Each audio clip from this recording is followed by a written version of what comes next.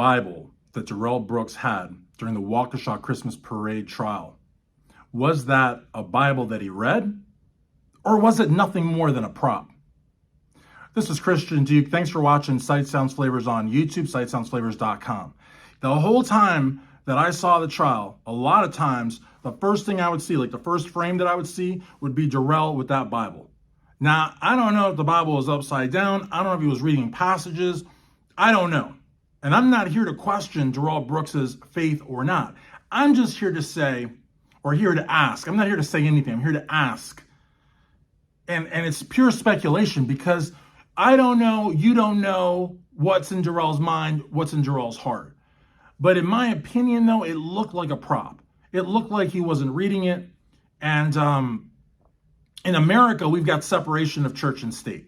So the fact that he never made reference to it in open court doesn't necessarily mean that he wasn't reading it, doesn't necessarily mean that he doesn't believe it, doesn't even necessarily believe that he's not a Christian.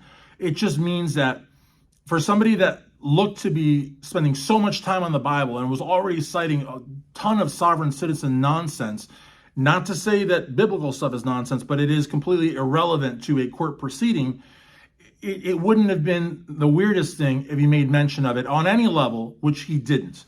So for those reasons, I kind of am inclined to believe that it was a prop. But then there's a choice of having Dr. Mary Edwards, a doctor in divinity, come in. And for that, I want you to watch the video at Everything Else Channel, everythingelsechannel.com, because I think if the Bible that Darrell had on that desk was a prop, I think that there might be some connection to why he wanted Dr. Mary Edwards there, and also the context that Dr. Mary Edwards addressed to court. So what I really want with this video, more than anything else, is I really want your feedback on the Bible that was on Darrell Brooks's desk.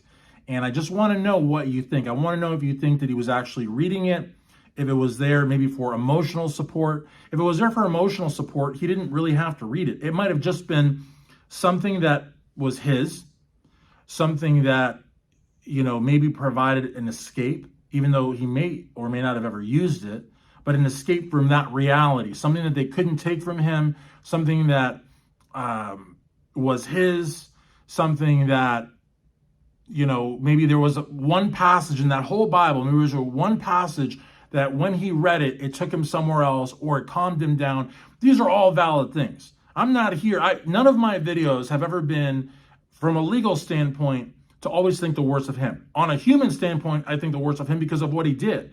But with regards to the trial, I think I've been trying to be fair with some of his legal arguments, even the sovereign citizen ones, which I find to be completely baseless and devoid of any logic whatsoever. I still try to be objective because I'm not trying to do like a, let's beat up on this, you know, he's a mass murderer, but at the same time, when I speak about him as a defendant in a criminal proceeding, I'm speaking of him as a litigant. I'm trying to find any kind of semblance of legal basis in his arguments, and there just isn't any in most of them.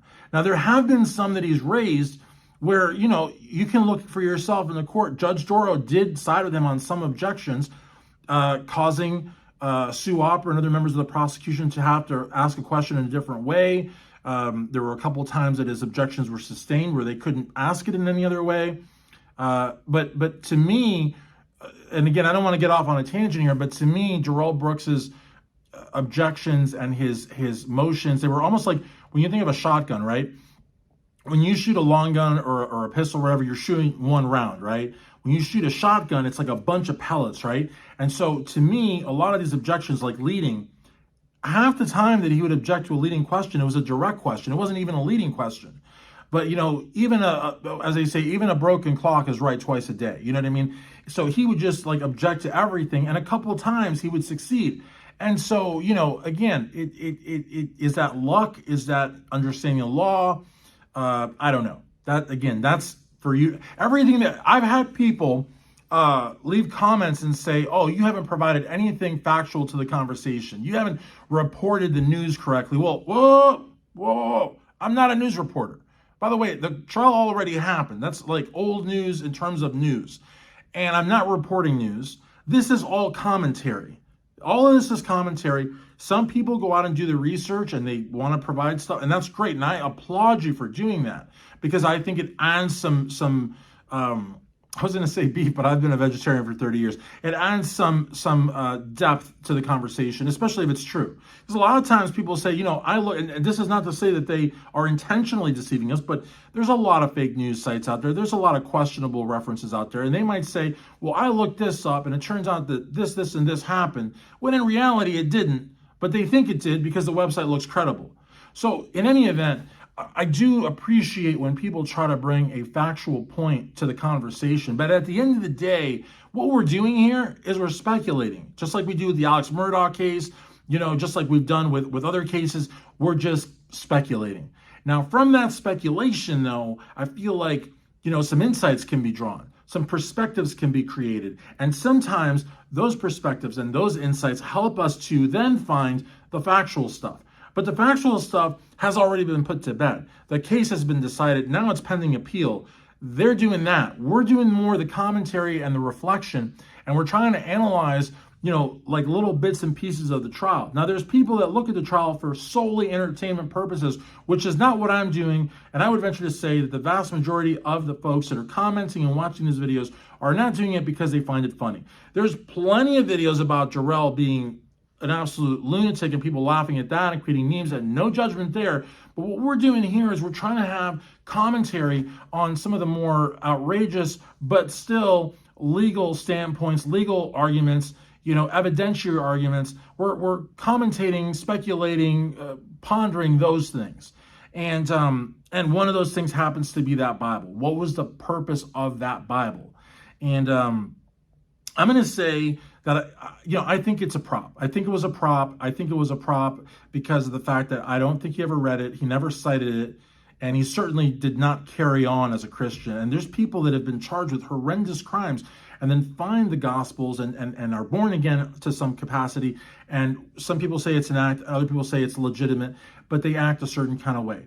Darrell's antics in court, the way he stared down Judge Darrell, the way that he spoke to the prosecution, the way that he tormented the witnesses and had them relive that tragedy, to me, is not somebody that was reading that book.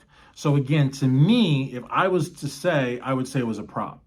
And I think that it tied into him bringing in Dr. Mary Edwards, which I'm going to talk about on the video for the Everything Else channel, which I invite you to check out. I'll be putting a sort of a, what do you call it, a little timestamp or like a little picture at the end of this video. I don't know what they call that, an end cap, or I think an end cap is in a supermarket, but like an end note. It's a little square there, and it'll also have the Sight Sounds Flavors YouTube channel. That's a little subscribe button. Hit that if you can, and also ring the bell for notifications, so that way you don't miss a single video. Like this video at any point in time, but leave a comment down. I really, if I had to pick between you liking the video, you subscribing, and you leaving a comment, I would pick you leaving a comment, because that keeps this thing going. I want to know what you think about the Bible that was on Darrell Brooks's desk that whole trial.